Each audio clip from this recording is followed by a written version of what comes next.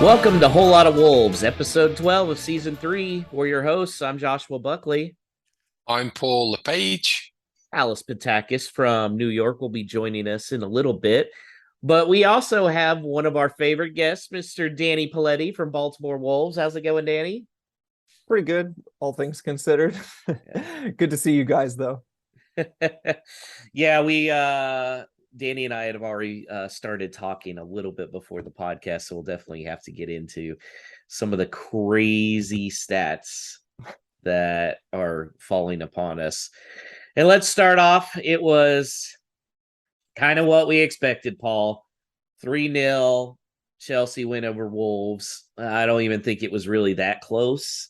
I don't know. They looked good in the first 20 minutes, but you could just feel a goal was coming. Just kind of a rough performance, but what are you going to do? Neves was out, Raul's still out.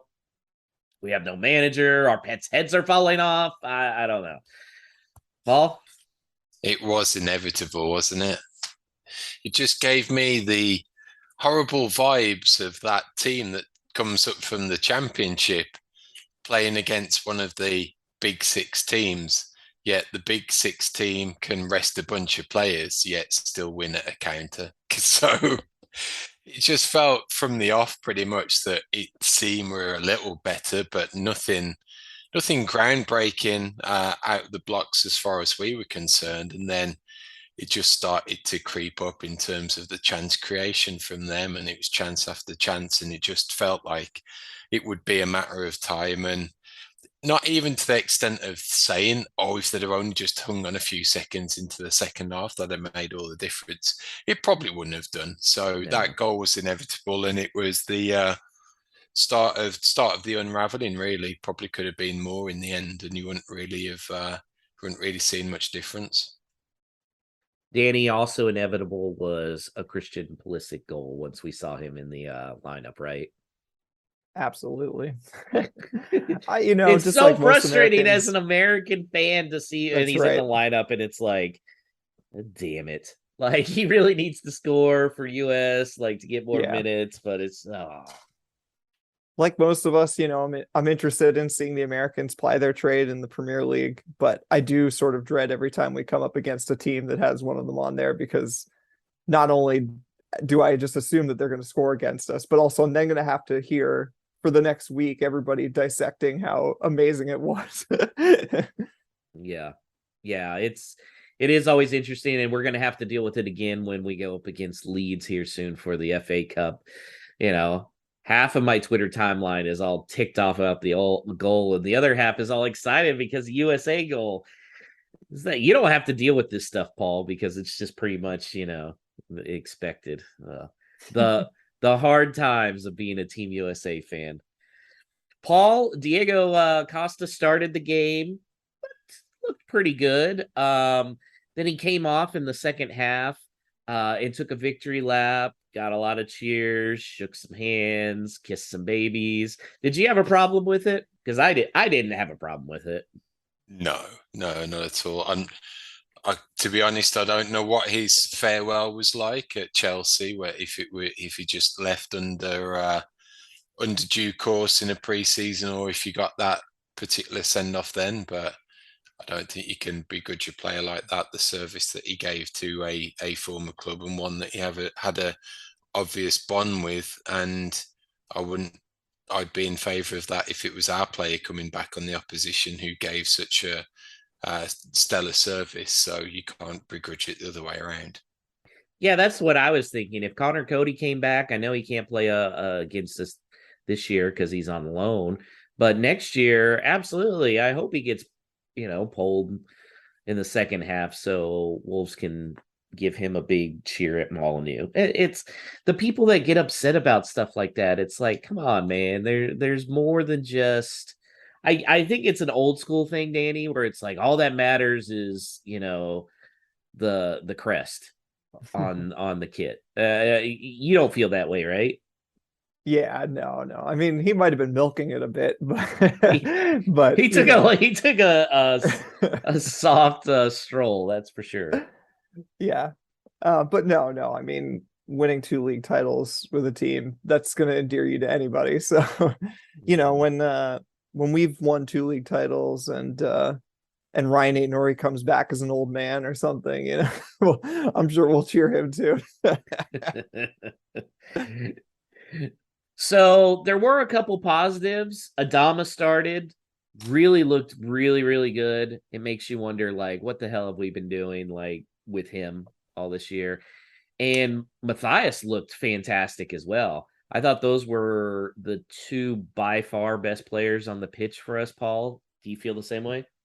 Best of a bad bunch, yeah, but nothing to write home about in terms of a body of work over the 90 minutes. Yeah, for sure, in flashes.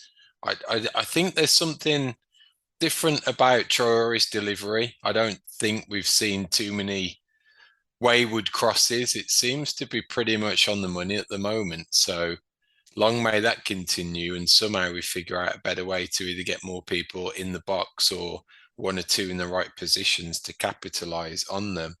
I thought Mateus, yeah, that one move would have been amazing. The run he went on, that was box office.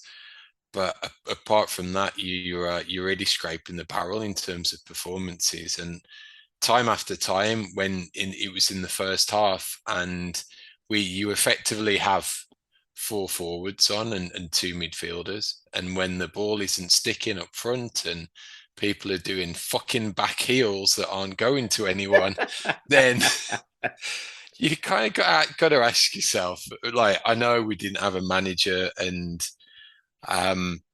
maybe they were trying to take the shackles off, but you can't go to Chelsea in a 4-2-3-1, especially the woeful form that we're in.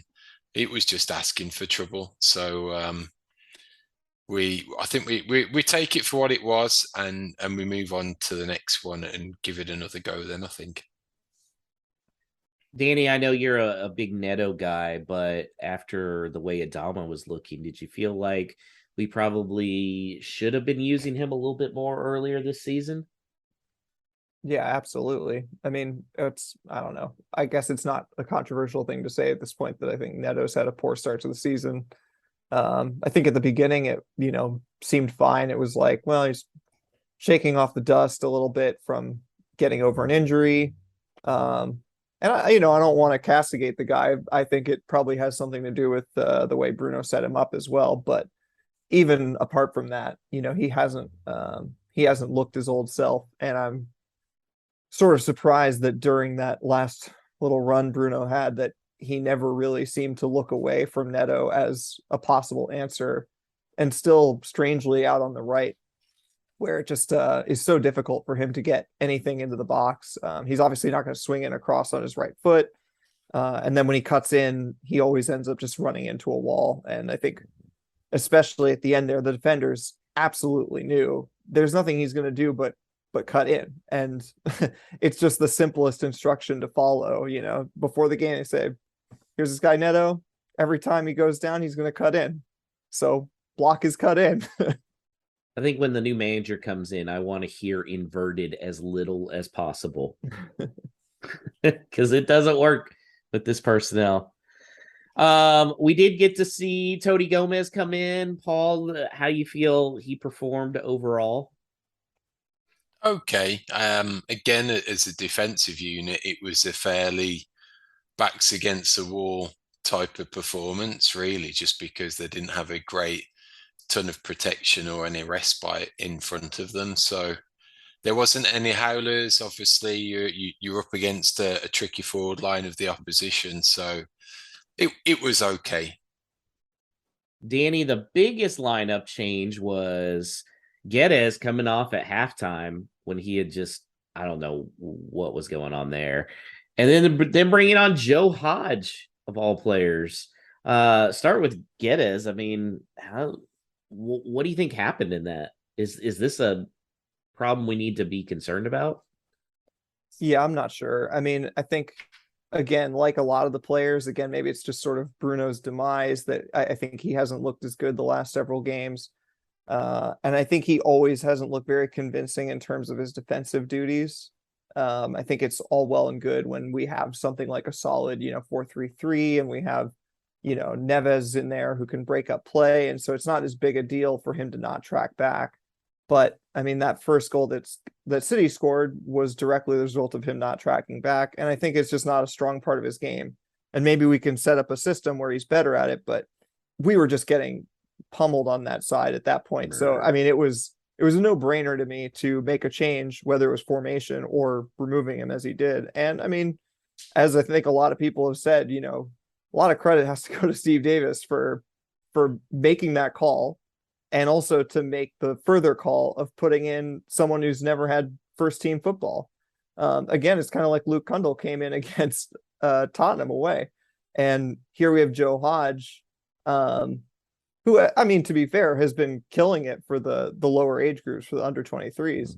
But to make your debut at halftime, down a goal already at Stamford Bridge, that's a big step. But yeah, I think he did well. I mean, I don't remember him really putting a foot wrong. Sort of similar to Kundle in his debut, where there aren't really any highlights per se, except the highlight of he didn't mess up. and it's a big stage to try to not mess up in. How'd you feel about his performance, Paul? And were you as surprised as everybody else when he came in? I was, to be honest. It felt, again, formation wise, if that was what you're going to run, then you'd have done that from the start. So I could have seen him make a debut, but as a starter in a different formation. So I think it was a move that needed to happen. And, if Traore Boubacar was fit, then we probably wouldn't have seen him. So it's good that he's in and he's part of the squad. And again, he didn't put a foot wrong. Similar profile to Kundle, I felt, in terms of stature and how he was able to look after the ball. Whether either of them have got that next level to take it up a notch to really do something in the EPL, I think that's what we've got to find out next. Or are they going to be one of those players that maybe kill it in the Championship, but that's their level? Danny, do you think we're going to see him a lot when a new manager comes in, or do you think this was just kind of because of who the caretakers were this week? I guess it depends a bit on injuries, but I would tend towards the latter. I think that he's well known to them, which isn't to say that he couldn't, be thrown in for bit parts. I think one of the frustrations over the last, honestly, for a very long time, because this is a continuation of Nuno, and Bruno wasn't any better at this, is we kept dying to see these fringe players come in when we're not doing well. And it's like, okay, well, there's no reason not to try out. It was originally, Gibbs White under Nuno. And then eventually, it was, we're looking at people like Toti who were saying like, look, if our defense is not working right now, if Saiss is off after AFCON, why are we not seeing Toti? I don't understand how, like, you cannot trust these players enough to at least give them a chance. And so I hope that with a new manager, players like Joe Hodge or Connor Ronan could see at least a few minutes just to try out. I mean, if we're truly trying to find a system that's going to unlock things, we literally cannot do much worse than we're currently doing. So that's always something you look forward to with a new managerial team coming in, that they have a different idea when it comes to looking out for talent. And one thing of a transfer window structure is that you've got to make the most of the available parts. So coming in midway through a season, I know we'll be not too far away from a window, but it will be interesting to see if he picks out anyone that we're not really talking about just yet, and all of a sudden they become not a major part, but may have more of a significant role than we thought it would.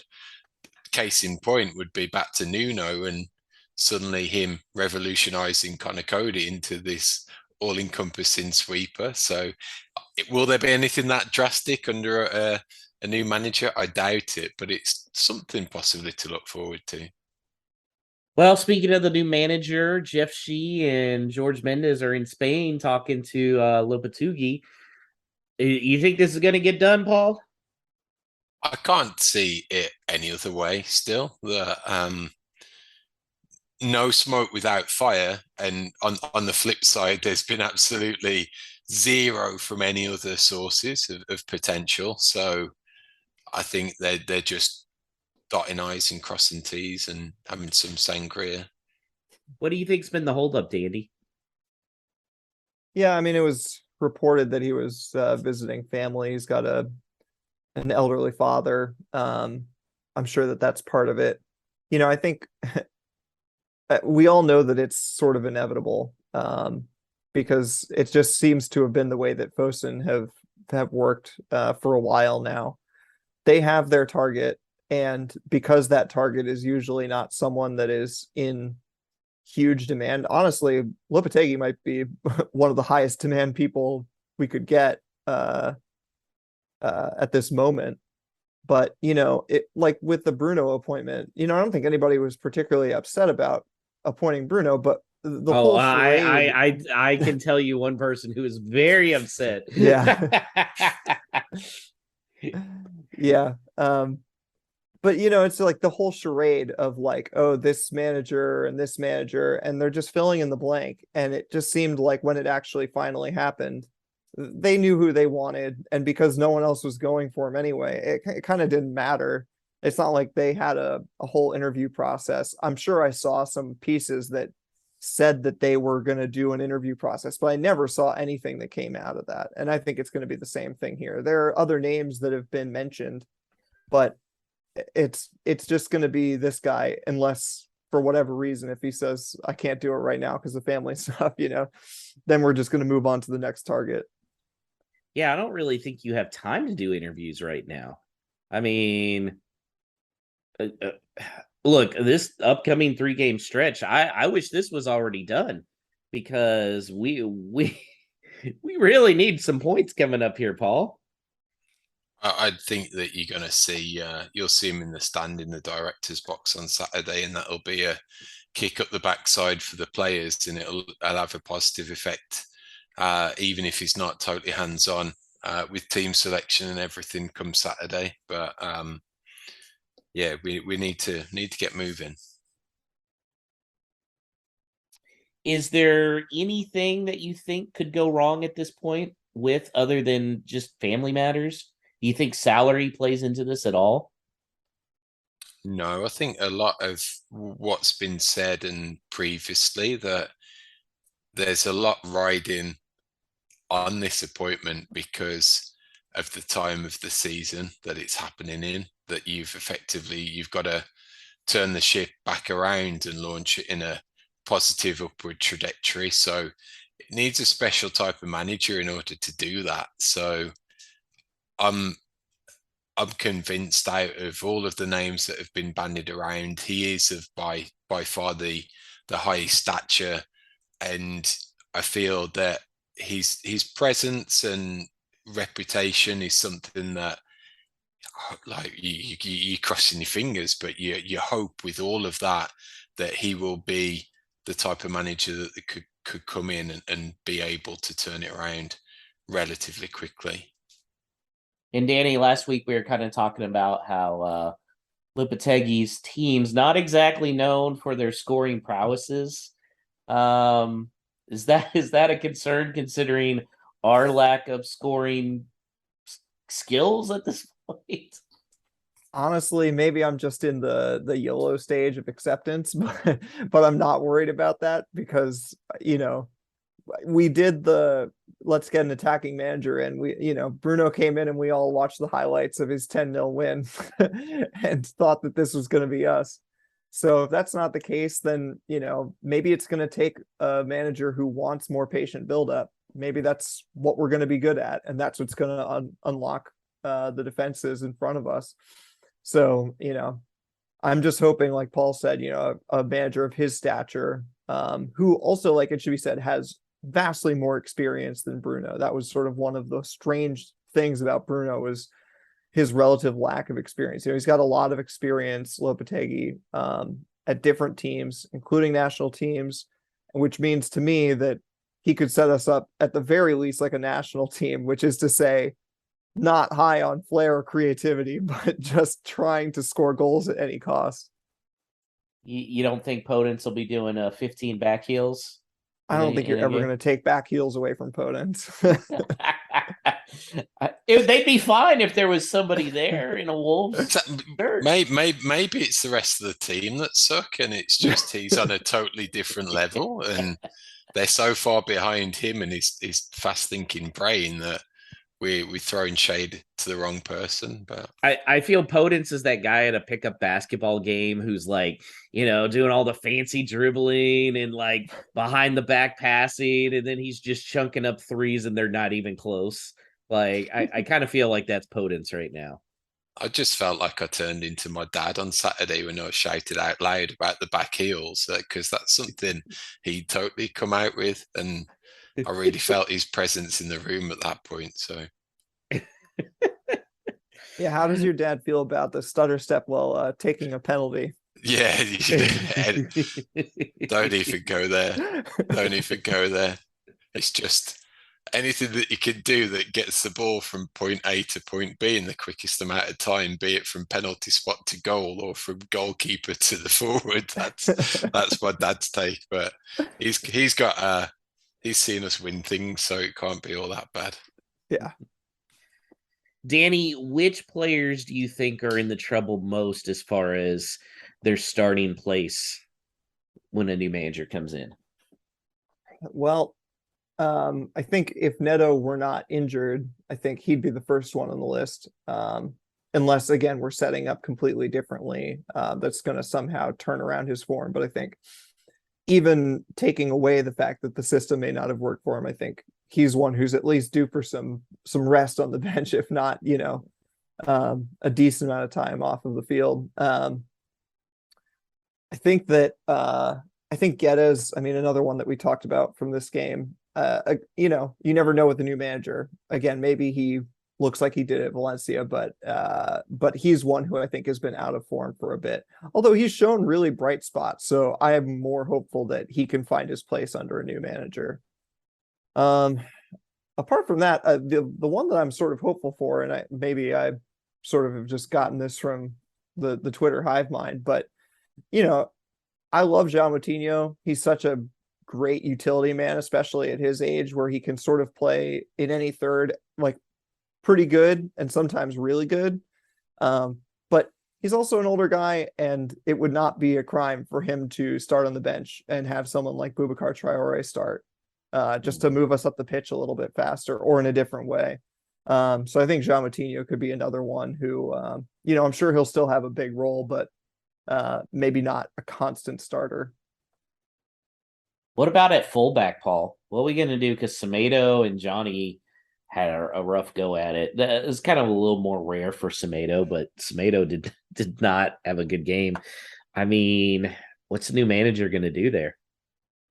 I think there's a couple of different avenues that you can go down, in that if he really wants to invest in Aït-Nouri, then he could say to him, "This is yours, kid. We're just going to concentrate on you nailing this position and locking it down, and we'll work on the defensive aspects to complement the attacking intent." So it will be based off his formation and what he wants his attacks to build from and come from. So I feel that could be an area on the left-hand side where it might be okay, but then conversely, where's that going to come from down the right? And really, with both Semedo and Johnny, they're more of the senior players now in age as well. So creeping to, if not at 30. So really, their time isn't really over the longest term from this point forward. So is there potential there that one moves on and they get some fresh blood in completely?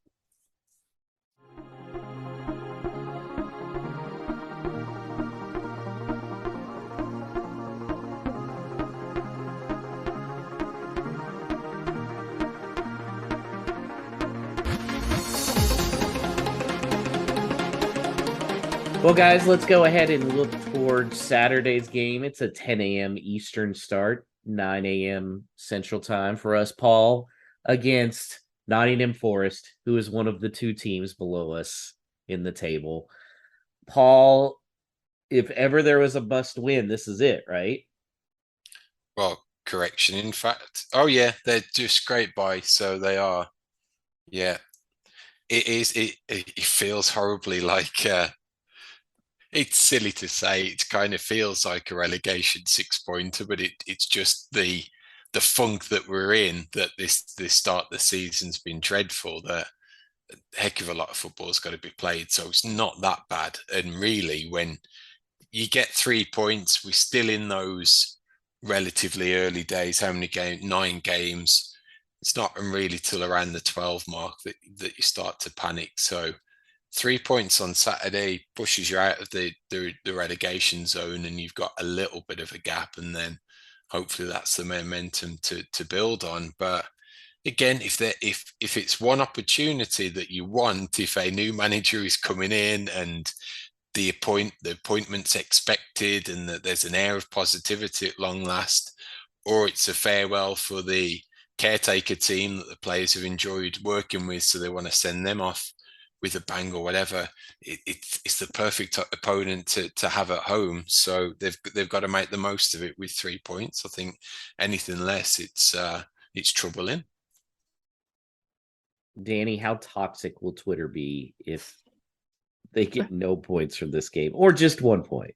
I was just gonna say that. I think Twitter is on the brink of apocalypse right now. I just seen an endless stream of takes that if we cannot score goals against Nottingham Forest, then we deserve to be relegated.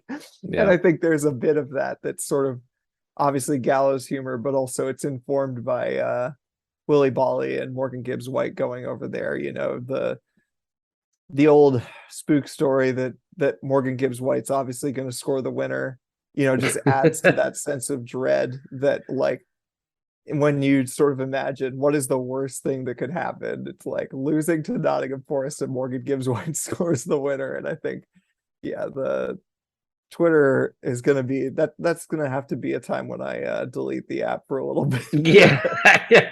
Do not open. Get a result there, Do not it's open. going to be a real struggle. I may just have to turn off my phone altogether. That happens. Paul, what do you think the odds of Gibbs White scoring his 100, 99? I think it would have been more, writing would have been on the wall if it was still the previous manager, and that would have been the lowest of the low. I think we've probably saved ourselves from that scenario by pulling the trigger beforehand. So I think we've got that relief, but I'm not all that convinced that he's not going to be involved at some point, and it might not be the winner, but it might be a scrappy equalising goal in the last few minutes that feels more like a win to them than us gaining a point. Of course, for Wolves to win, they have to score. Who's going to score, Danny? Who's going to score? What were you saying earlier? They're out of. You have to go to the 8th tier to find a team that scored less than us. That's correct. And I looked this up while we were talking earlier. So you have to go all the way down to the 8th tier in the league that is the Isthmian League North Division. You know, Paul, I'm sure you're familiar with Coggeshall Town. Oh yeah, they have scored 2 goals this season so far and conceded 12, which I think is the number we've conceded, actually. I like the when someone posts about the top scorers in the league, and you get down to Trossard at Brighton, who's got 5, Martinelli, Arsenal 4, Zaha, Crystal Palace 4, McAllister, Brighton 4, Amaron 4.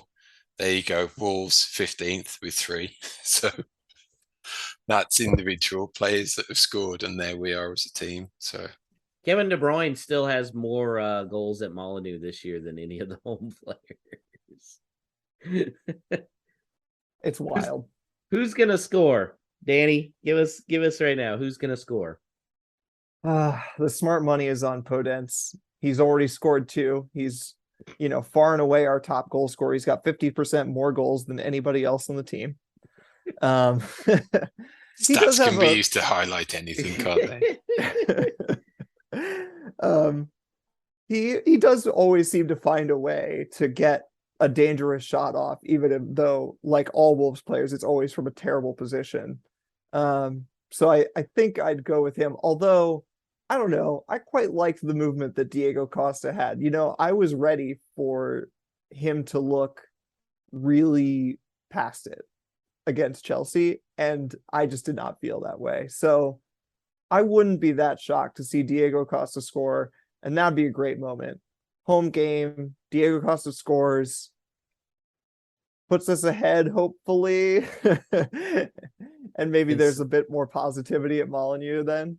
And somewhere Lodge would be going, see, if I would have had a striker, I could have won this game too.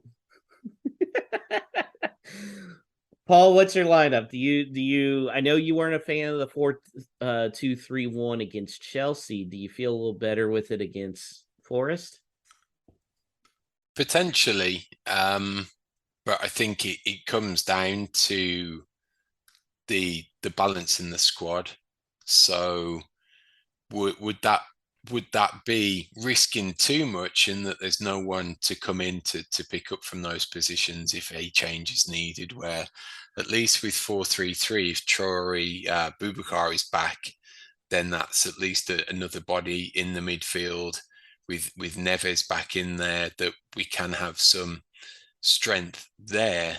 So again, it's like I'd have more of a clearer decision if I'd seen anything from either formation to say that's definitely the one for chance creation, if not goal scored. That both seem to have yielded practically nothing when it comes to chance creation. So I'd probably go a little more conservative with the 4-3-3, make sure we're pretty tight and have some creativity on either side of the central striker, and see if we can't win it more attritionally. How about you, Danny? What's the lineup you go with? Yeah, I think I'm with Paul on the 4-3-3. Maybe it's just me not wanting to make sure that we don't concede to Forest. But I think with Neves back in, but with Collins still out, I think Toti did fine, but I think that there are still some questions about our defense at the moment. It hasn't been as good as it was during the first little run of games, and I'd like to just keep that solid. And in my perfect world, I think this is what Paul sort of went with. I think the midfield 3 would be Neves, Boubacar Traore, and Mateus. And hopefully with the 2 of them playing a little further forward, we can just bulldoze our way up into the final third. And if we happen to recover it from a break, we can get Neves pinging a ball out to Traore, Adama Traore, I should say. And hopefully that gives us enough actual chances to create something. Yeah, I mean, we gotta do something. Can't win games if we can't score, right? Do you see any surprise people in the lineup? For instance, Kem Campbell. Yeah, that's not a bad shout. I mean, with the academy coaches as caretaker managers, and honestly, like Joe Hodge, like Luke Kundle before him, I think Kem Campbell has looked pretty decent the few times that he's come on. We might have to wait till the second half for it, but could he start? Maybe. I mean, with Neto out now, we don't have a ton of options, especially in terms of doing something a bit different. And I think that in terms of swinging it across, Chem Campbell might be not a bad choice, even if I think it's a bit unlikely that we see him. He seems to have more presence about him than he did in previous seasons. Obviously, that's growing up and probably filling out a little more. So he does look like a proper player now. It sounds a little weird, but it comes across watching on TV.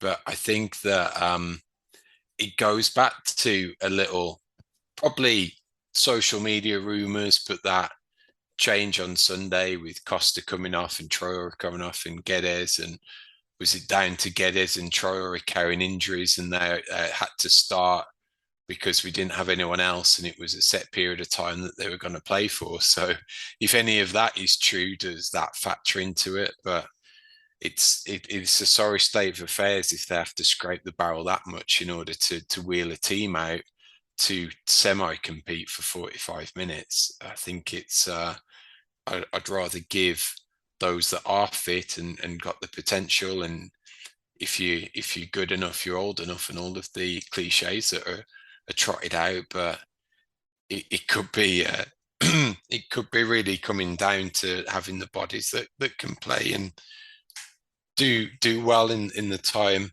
allotted versus others that may have a flash or two for 20-30 minutes, but they're hurt and can't give 100%. I kind of felt like Adama and some of those other guys coming out a little bit early was just looking at what the next few games meant. I think realistically you had to look at they weren't going to come back against Chelsea, and knowing just how important the next 3 games are, and you need those guys healthy. That's the last thing you needed was Adama running around in a 3-0 game in the 85th minute and getting his shoulder popped out again. So I was fine. I mean, sometimes you have to be realistic. As much as it sucks to not go for the win every time, you need to be realistic at your chances. Okay, so let me hear a prediction then. Well, first, the standings. And Alex, good to have you back in. Yeah, sorry for the tardiness. Oh, that's fine. That's fine. I So no showed the beginning, kind of like Wolves. So Alex and I are tied in the standings with 9 points. After we each got a point, unfortunately, with the Chelsea win. The guest spot, which is you, Danny, representing today, has 8 points. And then Paul has 4 points.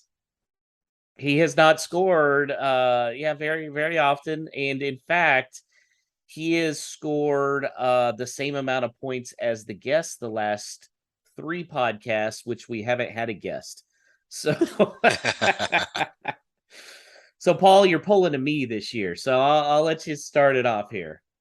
Oh heavens, it's there's a bunch of things going on. There's that really poor performance, but somehow you're 2-1 ahead going into the 90th minute. Morgan Gibbs White equalizer kicking around in my brain. And then there's the positivity element that we're gonna have that new boss in the stands, and it's all gonna be good. Oh, what shall I go with? Let's put some positivity on it. Let's go 2-0 Wolves win, Costa, and then off the bench, Wang Yi-chan. Whoa, that's really good. Okay, Danny, I like follow that that up. shout. I like that shout. The Wang Hee-chan is maybe someone we don't talk about enough. I know that people were a little down on him earlier, but I still think there's definitely a player in there, and maybe he can get a bigger spot under a new head coach. When they don't play him at winger. Right. Yeah. I think that sort of going on a similar vein as I have on previous appearances, I'm going to go on safe money. And to me, the safe money is on really it should be on a 0-0 probably, but I'm going to go 1-0, but to have it answer none of our questions about how we're going to turn this around. It's going to be something scrappy, or it'll be Neves outside the box, which will really paper over the cracks. It'll be like, oh, Neves is back. He's scored goals from outside of the box. And you're like, well, we still really can't create a thing. So it'll be one of those where we win the game, but still have way too many questions about where we go from here. Alex?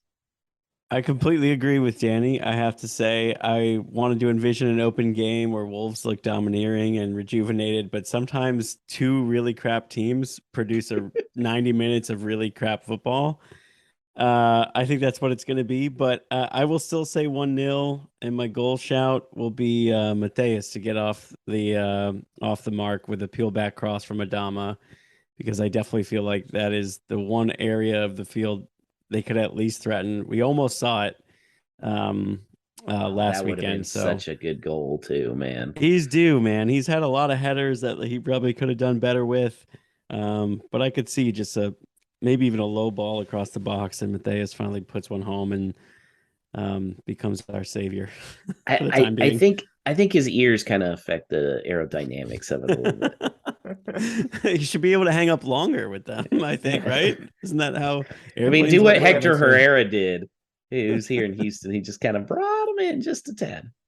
All right, for my prediction, Paul and I are going to celebrate our good friend Clive Hill in a celebration of life on Sunday. So I'm feeling the Clive magic. I'm feeling as I'm going to take Alex's thing with two crap teams, but sometimes they produce 90 minutes of brilliance. So it's going to be 5-1 Wolves. Oh my. And let's see. Mateus is going to score. Costa's going to score 2. Let's see who else. Neves from outside the box, and then I am going to go with a Kim Campbell score late in the game too. That Wow, is a lot of crack being smoked. You deserve more than 3 points if that one comes true. Yeah. If that happens, I'll donate my current points to yours. 5-1 incoming. It's incoming. Okay, Alex, we have several no stupid questions. Yes, we do. We have first I wanted to say we have a no stupid question from the Wolves Women podcast. Who could that possibly have been from? With the men's teams messing around, isn't it great to have a Black Country derby to look forward to between Wolves and West Bromwich Albion women on Wednesday? Perfect segment, I think, for you, Yeah. Danny, to give us a rundown of what's been happening. Yeah, as you know, I pay attention as much as I can to the Wolves women. It's not always easy from the States, but they have made it a lot easier this season. So far, all of the games, the commentary have been live on the Wolves app or on Wolves radio. So that's always a nice thing to have in your back pocket to know you can tune into that. And also because they tend to play a bit more weekend games, that's a more subtle way to pay attention to soccer while you're at work than having the Peacock app open on your work desktop. Unless you work at home like I do. Yeah. Yes. The Wolves women have been off to a good start. They're 8 games in, 7 of those are league games. They're sort of picking up where they left off. If you remember last year, they narrowly missed out on promotion due to a promotion playoff, which is a bit of a silly system that still hasn't been changed. But they currently have won all but one of their games. They lost to Burnley, which I'm sad to report are a bit of a bogey team for both the women and the men. But in seriousness, the Burnley women's team is actually quite good, and I think they just always give us a tough game. But yes, as the question intimates, we've got a Black Country derby on Wednesday, which again, a bit of a disappointment in terms of scheduling. It'd be nice if it was on the weekend and lots of people could get there, but still looking for a big turnout, obviously. So if you tune in via Wolves Radio, you should hear the Wolves women fans in good voice there supporting them. We were very successful against West Brom last year, and we're hoping that continues in this season. Okay, Alex, what other no stupid questions do we have? All right, we got quite a few. Let's start with this one from Wolfman Jeff. You can find at Soccer in South. He asks, Neves is due back against Forest this weekend. Collins should be back at Leicester. Which return will have the biggest impact of the two? God, that's such a good question. I thought Collins will be back for Crystal Palace, right? I swear, these damn red cards, like, this is ridiculous. It feels like he's missing half the goddamn season just because he wanted to karate chop somebody or karate kick somebody. Yeah, so he missed, or did he? Yeah, so he missed last weekend, And then he missed this West Ham. weekend. He- Yeah, Yeah, and he should be back. Yeah, for Palace. Yeah, Yeah. he'll miss Palace. Forest back for Palace, and Yeah. Neves is back on Sunday. I'm gonna go for again positivity. I'm gonna say Collins, in that hopefully we get to see that leadership from the back, what he can hopefully offer, and it just stabilizes the defense a little bit more with his presence and a better understanding with his playing partners and Sarr behind him. How about you, Danny? Yeah, I think I'm hopeful that Neves is the right answer to this question, that he's going to be the biggest difference maker and we're going to be more creative. But I am secretly worried that against Forest, as Paul alluded to several times, there's a lot of propensity to just have a scrappy goal you wish you didn't concede. And I'm slightly concerned that not having our main two center backs back there is going to contribute to that. So I think Paul might be right that, well, I mean, Neves was a huge miss at Chelsea. I think that hopefully Collins coming back in will stabilize the defense enough that it allows the midfielders to do what they do. Yeah, you guys know how I feel about Collins. Definitely. Plus, it means that nobody can get the stupid idea to put Johnny at center back again. Hopefully those days are long gone. Can you imagine if Lopetegui comes in and his first move was like Johnny at sweeper? Back five. Oh my God. Fire him then. Start the search over. Paul on Twitter asked a great question. He not our Paul. We are known as the Wolves, but what animal would better represent this current team? The dodo, because it's extinct just like our scoring. I'll go for the sloth because we don't really attack with any type of pace or intent. I'm going to go way out on left field and say, are you aware of a bird called a kakapo? They look Yes. like a cross between a parrot and an owl.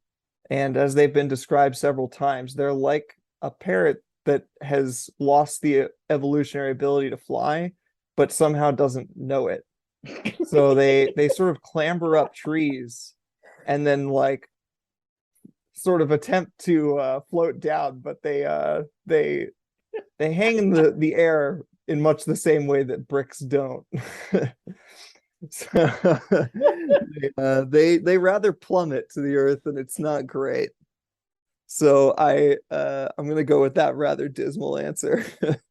I think Never that may be the best question and answer and no stupid questions of the season. I never thought we'd go down some weird National Geographic tangent. It's That is, yeah, that's as good as it gets. I love that the cockapoo doesn't know how terrible it is.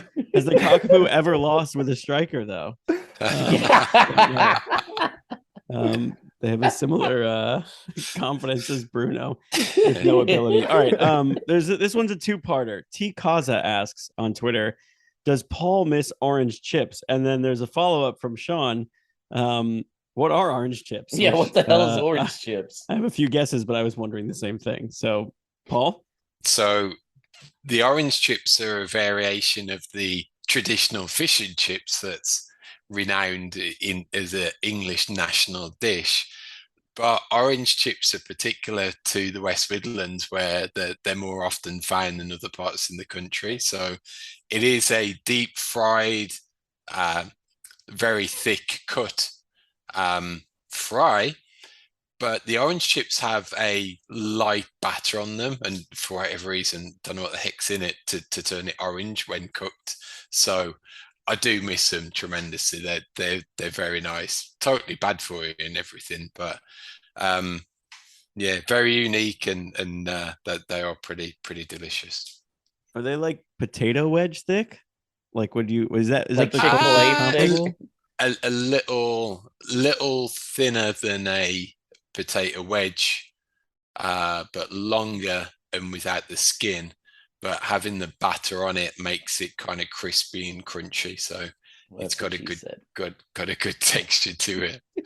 And then the other, if you're a recovering fat bastard like I am, was they're called scraps. So it's all of the scraps of batter that come from the chips from the fryer.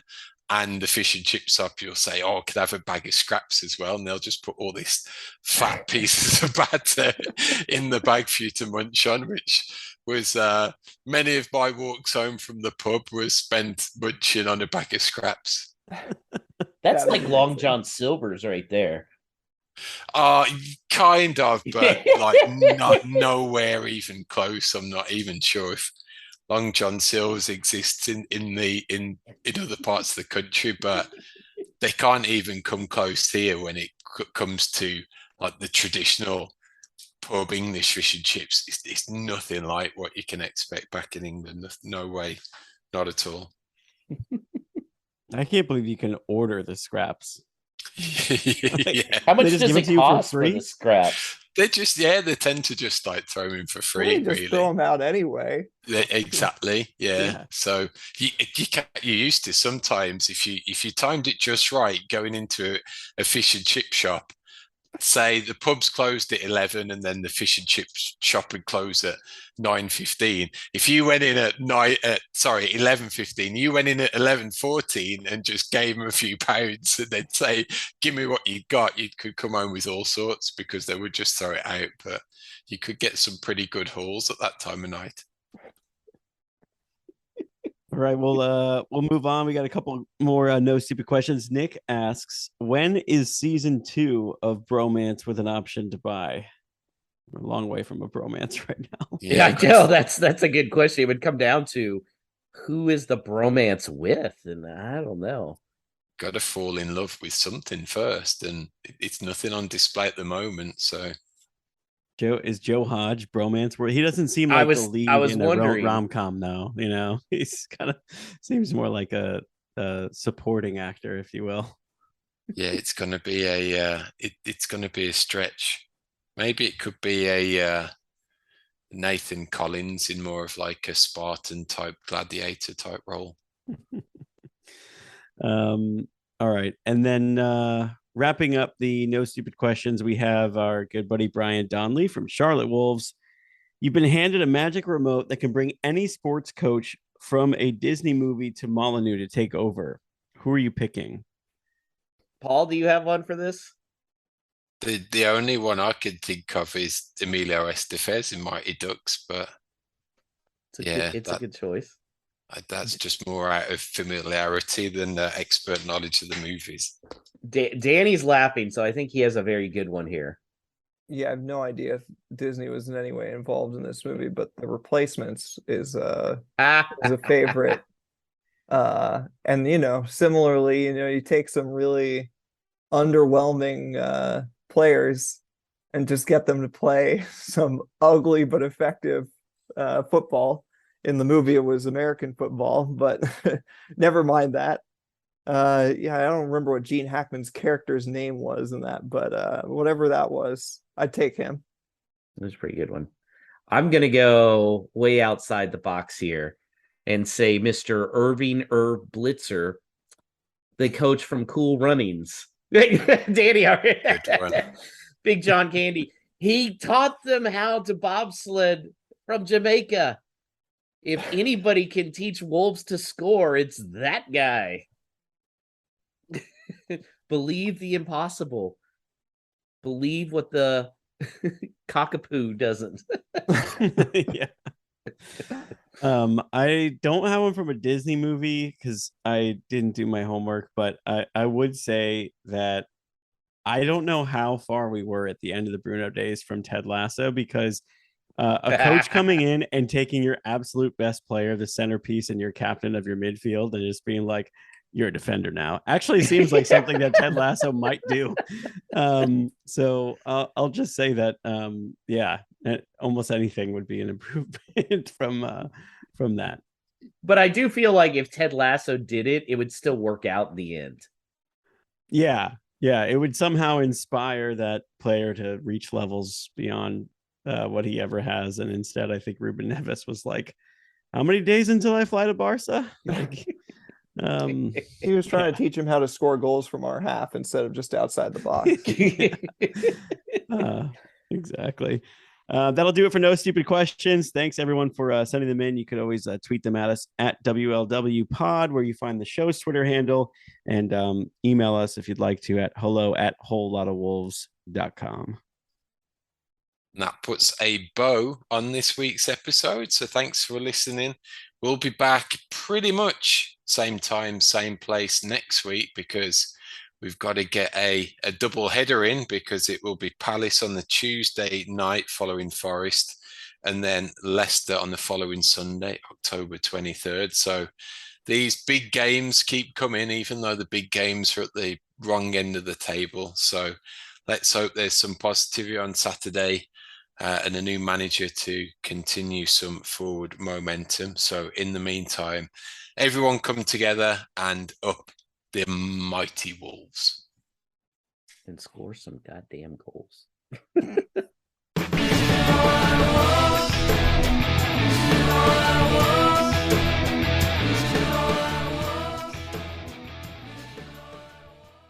Whole Lot of Wolves is self-funded, so if you're interested in sponsorship opportunities as a way to reach a niche audience, email hello@wholelotofwolves.com for our sponsor packages.